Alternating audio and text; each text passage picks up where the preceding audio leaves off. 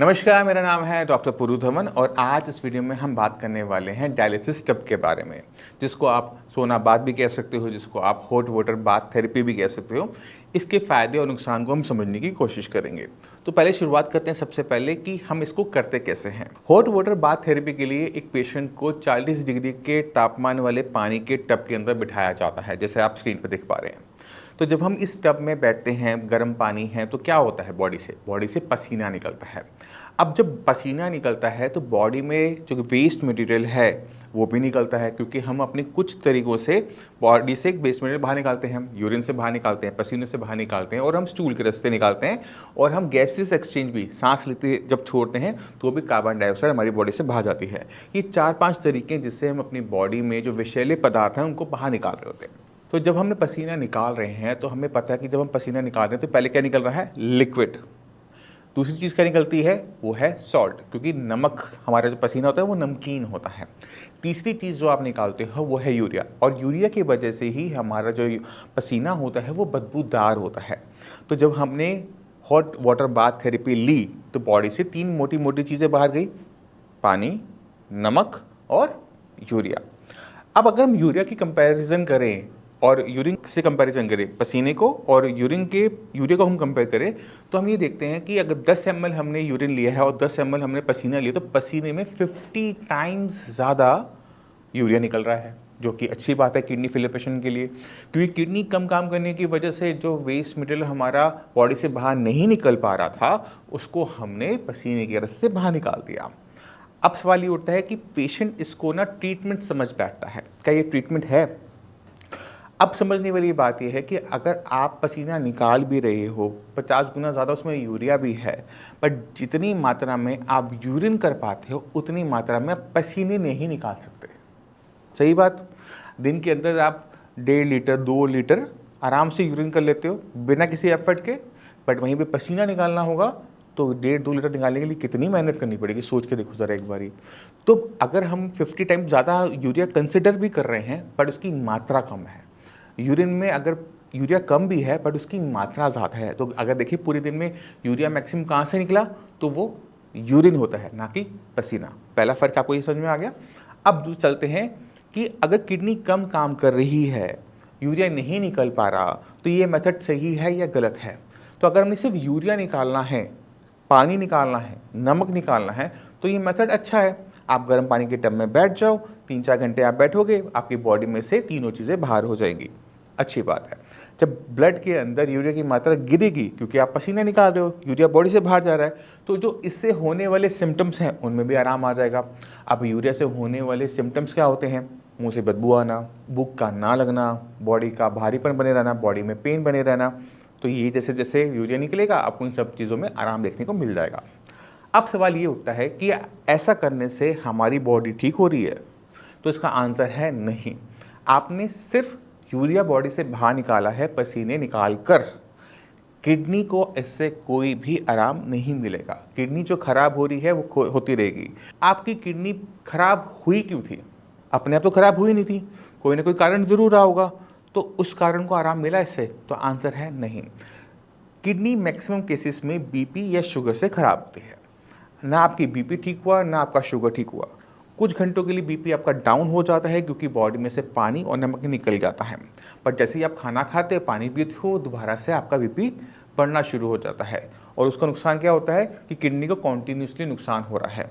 अक्सर पेशेंट क्या गलती करते हैं कि जब भी वो हॉट वाटर बाथ थेरेपी लेते हैं तो अपनी बीपी की मेडिसिन को छोड़ना शुरू कर देते हैं, क्योंकि उनको दिखता है कि टेम्परेरी बेसिस पे मेरा जो बीपी है वो लो रहने लगा है। जब हम अपनी मेडिसिन छोड़ते हैं तो हम अक्सर क्या देखते हैं कि रात के टाइम में हमारा जो बीपी है वो शूट अप करना शुरू कर देता है।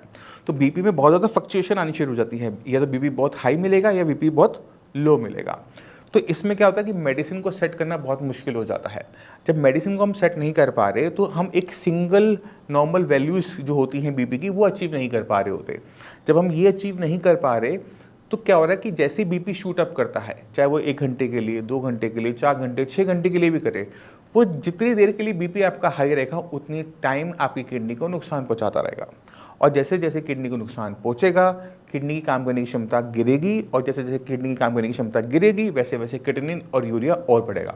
यानी हम तो यूरिया बाहर निकाल रहे थे, तो हमारी किडनी को सुधर जाना चाहिए था, बट वो सुधर नहीं रही, वो ख़राब हो रही है, क्योंकि इसके पीछे जो बेसिक प्रिंसिपल हैं वो उनको हम गलत तरीके से अप्लाई कर रहे होते हैं। आपको ये समझना है कि केटिनिन आपकी बॉडी से बाहर पसीने के रास्ते नहीं जाता, बिल्कुल नहीं जाता।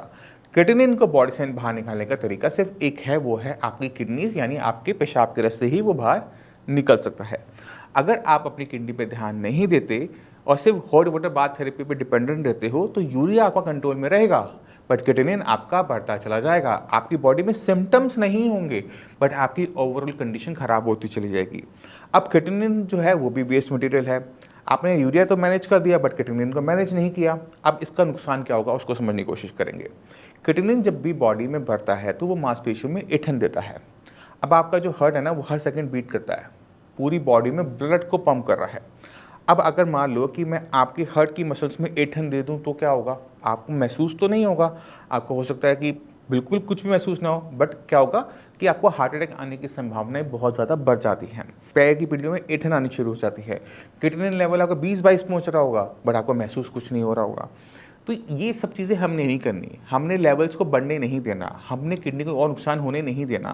तो हम बिल्कुल बेसिक्स पर जाते हैं। अब इसको अपने माइंड से निकाल दो कि आपने हॉट वाटर बाथ थेरेपी के बारे में सुना भी था। पहला काम क्या करो कि अपनी बीपी शुगर को कंट्रोल में लेकर आओ। एक बार वो कंट्रोल में आ गया, आपकी आधी समस्याएं वहीं पे ख़त्म हो जाती हैं। दूसरा, अक्सर हम देखते हैं यूट्यूब पे कि लोग बता रहे हैं कि किडनी रीजनरेट करती है, बट सच्चाई वाली बात यह है कि किडनी कभी भी रीजनरेट नहीं कर पाती। किडनी से वो अपने काम करने की क्षमता को बढ़ा सकती है। जैसे अगर कोई एक इंसान अपनी किडनी को दूसरे को दे देता है, तो किडनी अगर हो गई एक आपकी, फिर भी किडनी लेवल, यूरिया लेवल नहीं बढ़ता। क्यों नहीं बढ़ता है? क्योंकि किडनी अपनी काम करने की जो क्षमता है उसे बढ़ा लेती है, और काम करने की क्षमता को बढ़ाने के लिए वो अपने साइज़ को भी बड़ा कर लेती है। तो किडनी की यही क्षमता हमने हर किडनी फेलियर में पेशेंट में इस्तेमाल करनी होती है, जिससे वो अपने काम करने की क्षमता को बढ़ाए। और जैसे ही काम करने की क्षमता बढ़ती है तो क्रिएटिनिन और यूरिया डाउन होना शुरू हो जाता है। मैं चाहता हूं कि आप कुछ पेशेंट से मिलें, उनकी रिपोर्ट देखें, तो आपको बहुत क्लियर कट आइडिया मिल जाएगा कि किस तरह से ये हो पाता है। तो सिंधी आप कब आए थे यहाँ पर? मैं आए थे 3 मार्च के। 3 मार्च को। और तब क्रिएटिनिन के लेवल कितने थे? तब मेरा क्रिएटिनिन लेवल था 6.9। 6.9। 6.9 का मतलब होता है 7 के आसपास, और 7 के आसपास जो होता है 90% किडनी हमारी काम करना बंद कर चुकी होती है। अब आपका क्रिएटिनिन लेवल कितना आ रहा है? ये 15 दिन बाद तो आ गया था 3.1। फिर अभी कितना है? फिर उसके बाद 15 दिन की मेडिसिन ली, हाँ, तो 3 पे आ गया। हाँ, अब मैं मेडिसिन मेरी चालू है, अब 3 पे रुका हुआ है। और भी डाउन हो जाएगा। हाँ, ठीक है। तो इनका अभी जो करंट लेवल है वो 3 है, और 3 पर भी हम ये मान के चलते हैं कि किडनी 50% तक अभी भी काम नहीं कर रही। बट पहले 90 से 50 हम पे आया, तो 40% की किडनी की फंक्शनिंग हमारी सुधरी है। अब आपकी किडनी खराब क्यों हुई वो जानना भी इम्पोर्टेंट है। किडनी इनकी खराब हुई थी डायबिटीज़ की वजह से, ठीक है। डायबिटिक नेफ्रोपैथी कहते हैं जब हमारी किडनी डायबिटीज से खराब हो रही होती है। आपको आराम क्यों आया, अब वो जानना ज़रूरी है। आपको आराम इसलिए आया क्योंकि हमने आपके डायबिटीज़ को काफ़ी हद तक कंट्रोल कर दिया। जब एक बार शुगर कंट्रोल में आनी शुरू हुई तो किडनी के पास अब बहाना नहीं था और ख़राब होने का, डायबिटीज़ की वजह से, ठीक है। तो अब क्या हुआ कि जैसे हमने मेडिसिन दी तो लेवल्स आपके डाउन होने शुरू हो गए। अभी आपने कहा कि मुझे उम्मीद है कि और नीचे जाएगा, और मैं कहता हूँ कि मुझे उम्मीद नहीं है कि और नीचे जाएगा, क्योंकि किडनी के अंदर जो हिस्सा मरा हुआ है ना वो आगे भी मरा ही रहेगा। वो जिंदा नहीं होता, वो रीजनरेट नहीं होता। बट जो हिस्सा बीमार होता है वो रिकवर हो जाता है। मैंने यानी वो जिंदा था, बीमार था, काम पे नहीं आ रहा था, वो काम पर आ गया, उसने काम उठाया, क्रिएटिनिन को डाउन कर दिया। बट कभी भी क्रिएटिनिन लेवल हम सोचें कि डायबिटिक वाले पेशेंट के अंदर 7 से वो 0 हो जाएगा, कभी नहीं होगा। तो आपके लेवल यहाँ पर स्टेबल रहने चाहिए। अब आपने क्या करना है, अपनी बॉडी पे काम करना है कि आपकी बॉडी में एनर्जी बनी रहे, ताकत बनी रहे। क्यों? क्योंकि अगर ताकत बनी रहेगी तो हम सारे काम करने लायक बने रहेंगे, ठीक है। छोटी मोटी जो आप गलती करते खाने पीने में, मैंने वो ठीक करवा दी है। कोई माइंड में कुछ पूछना है आपने? नहीं, बिल्कुल सही है। खुश हो? बहुत रिलैक्स है, बहुत रिलैक्स है। तब उस टाइम में दिक्कत क्या होती थी? उस समय बेचैनी रहती थी। एक दिन रात को हॉस्पिटल में भर्ती होना पड़ा। जब लेटता था तो लेटा नहीं जाता था, फिर बैठा रहता था, सूखी खांसी आ रही थी, सांस फूलती, सूखी खांसी। जैसे आपके शरीर में नीचे पानी भर गया पैरों में, जब आप लेटोगे ना तो पैरों का पानी निकलता है और फेफड़ों में आ जाएगा। इसी की वजह से जब हम बैठते हैं तो हम ठीक होते हैं।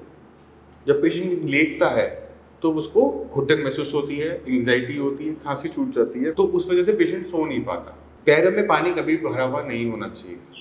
पैरों में पानी भर रहा है, उसको बहुत जल्दी ठीक करना पड़ता है। अगर इसको हम ठीक ना करें तो निमोनिया हो जाता है। निमोनिया में अगर हमारे लंग्स खराब हो जाए तो वो वेंटिलेटर की कंडीशन पे ले जाता है और वहाँ से पेशेंट को निकालना बहुत मुश्किल हो जाता है।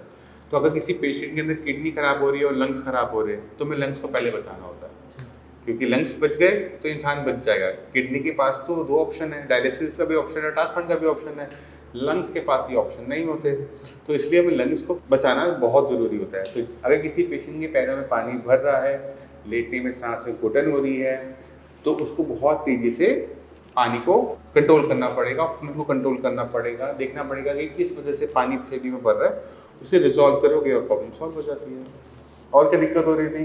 और तो ये पैर सूजे हुए थे, और सही है। हाँ, बिना पैरों में स्वेलिंग के फेफड़े में पानी नहीं भरेगा। हाँ बिल्कुल सही है। ठीक है। और कोई दिक्कत उस टाइम में?